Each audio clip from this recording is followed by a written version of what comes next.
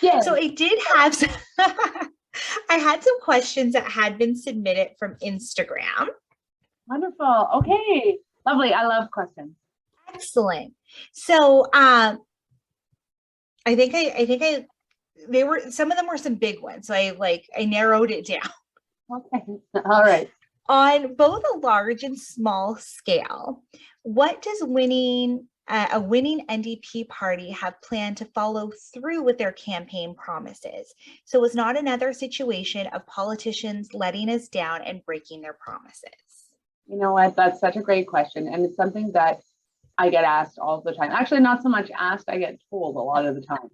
They're tired of politics that nobody nobody answers to their promises. So as you can tell, I guess on small scale being kind of what I can control. What I can control is right here, and those are the promises that I made: the bus, the high-speed internet, and making inroads on affordable housing. Those are the main things. When we go a little bit deeper, I've also promised 30 new home daycares. And so like those are some of the very concrete promises that I made. And now, like, is it solving world hunger? No. Is it, is it like fixing, making full electoral reform? No, because I wanted to make sure that what I could promise was what I could deliver on. It's as we talked about, I have a firm and I have to look into the whites of the eyes of everybody in my town and in the Ottawa Valley when I come across them on a daily basis and say, yep, I'm making the roads, we're still on track for September 2020. Now on a big scale, what can we do? If we are the official opposition, what we can do is hold the majority to account, but you'll know that when we're arguing on the points, we are arguing on the basis of the promises that we have made. So like, yes, if we are the official opposition, we are stuck, just like the rest of Canada, with whoever's in control. However, you know that our objections are going to be made from the platform, from the point of view of the platform that we made. And part of my platform is to listen to the constituents and bring those voices up and argue hard, make sure that whatever laws come in, that they've heard the Ottawa Valley and have considered it, and either they've dismissed it out of hand, or hopefully they've made some changes to better serve us. Excellent. I will say, even this last minority government, Jug Meat has done a very good job of making his voice heard, and in that respectable manner of just saying, this is what the people need, this is what I am hearing from the people, and you need to hear it too. Exactly. Well, the serve, for example, was supposed to be 10%.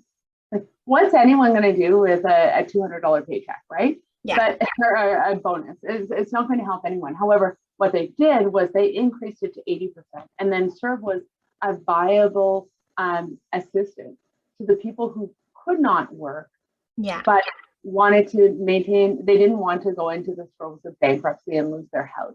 And so by making that change, by advocating and strongly recommending that change, Jug Meat's thing affected the lives of, I don't know how many Canadians. Oh yeah, absolutely.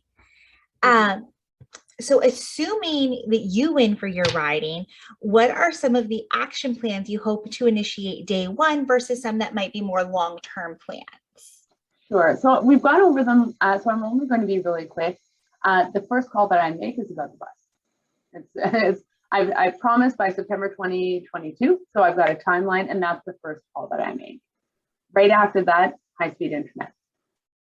The third is likely actually going to be about active transportation. We've got some great initiatives right here in the Ottawa Valley to have world-class facilities available to us so that we can actually host athletes and allow them to rise to the stage like Melissa Bishop or Madeline Kelly. And so we have that option. And again, they're just looking for the funding. So what they need is an advocate. And so that's where I'm going to be. And as a triathlete, it plays right to my heart.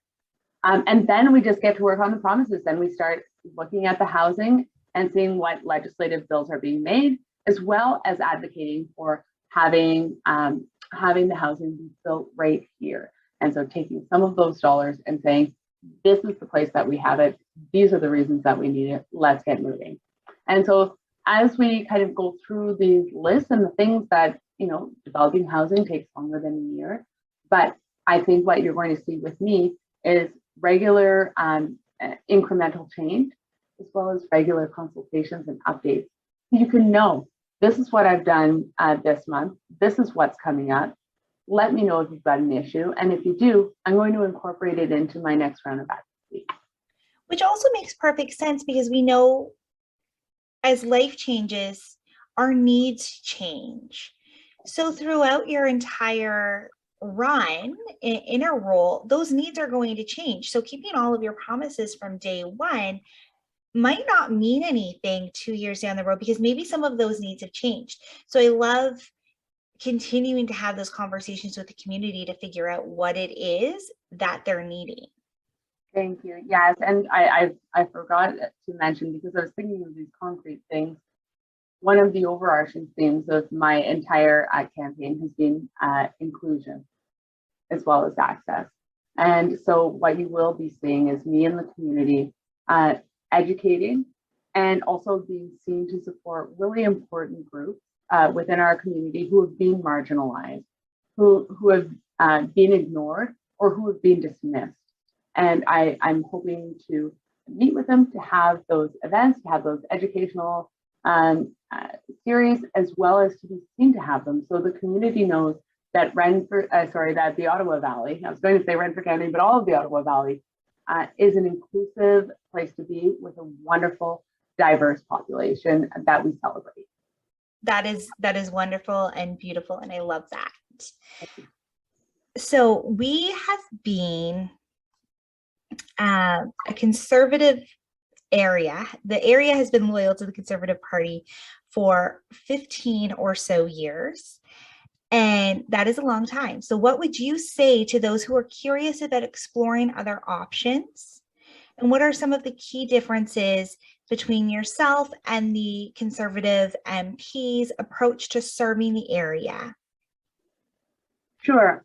Let's start a little bit with what we can do. So what we can do right now is decide that we're ready for a change. And it's been a long time coming, and we waited for this moment. We waited for the moment when all of Canada has been ready for a change, where all of the circumstances have started to build, and where the average person is looking for representation. And that's what we have right here in Renfrew County. People have had enough of the status quo, and they're ready to break free. And so now is the time we capitalize on it. And I cannot underscore this enough. We have to do it right, and we have to do it smart. And of course, I know it's rich for me to say I'm right and I'm smart, but I have no problem saying it for these reasons. Number one, we are in second place for the first time in history. We are right after the Conservatives, and we beat the Liberals, which means there's no shame or shade to the Liberals campaign. We just have an immensely strong campaign, and we're building momentum all the time. So what I'm telling Liberals is, come on board.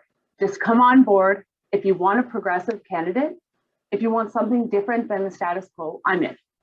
And I'm a good choice. So lend me your vote, and then the next time we can reevaluate. But right now is the right time to vote for me and to get behind me. The number two thing is that we're also seeing Conservatives in the area who have a different idea of what being Conservative is, that's different than their current representation. Again, the message is, now is the time for a change. It's a safe vote right now for a Conservative to come to NDP.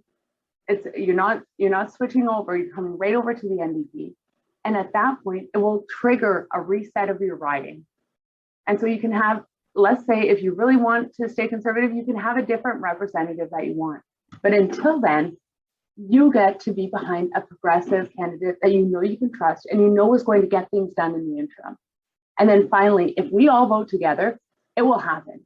We just need everybody on the same page to execute it. Now, how am I different from Cheryl Gallant? I think it's quite clear in speaking with me. We've been talking for 45 minutes.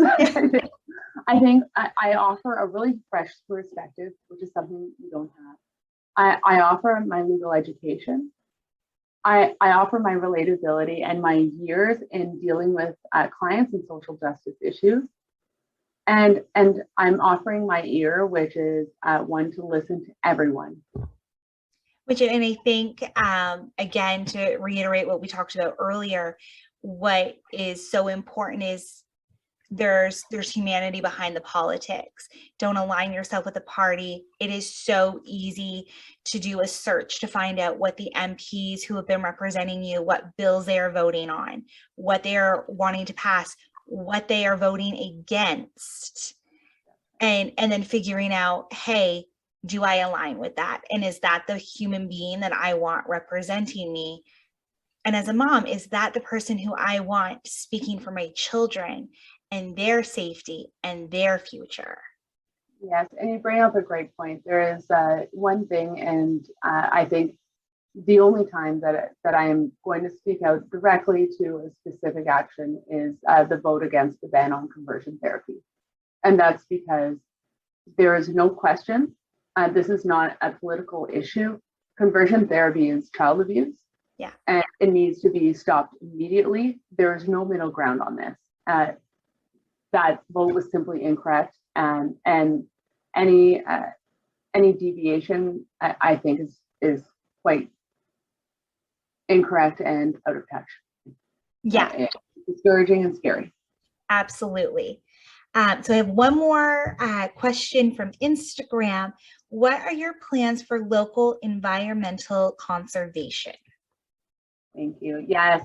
So climate action has been something that we have really focused on, and something for the real climate activists in the group, you might have noticed the three pillars that we have: public transportation, the affordable housing, and supporting the local economy are all climate initiatives.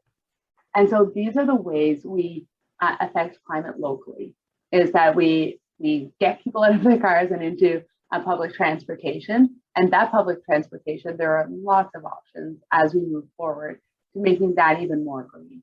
Affordable housing, sustainable housing, making sure that that these are green houses, that they are conserving energy. And of course, when you conserve energy, when it's not blasting the AC and the heater, then you're saving money too.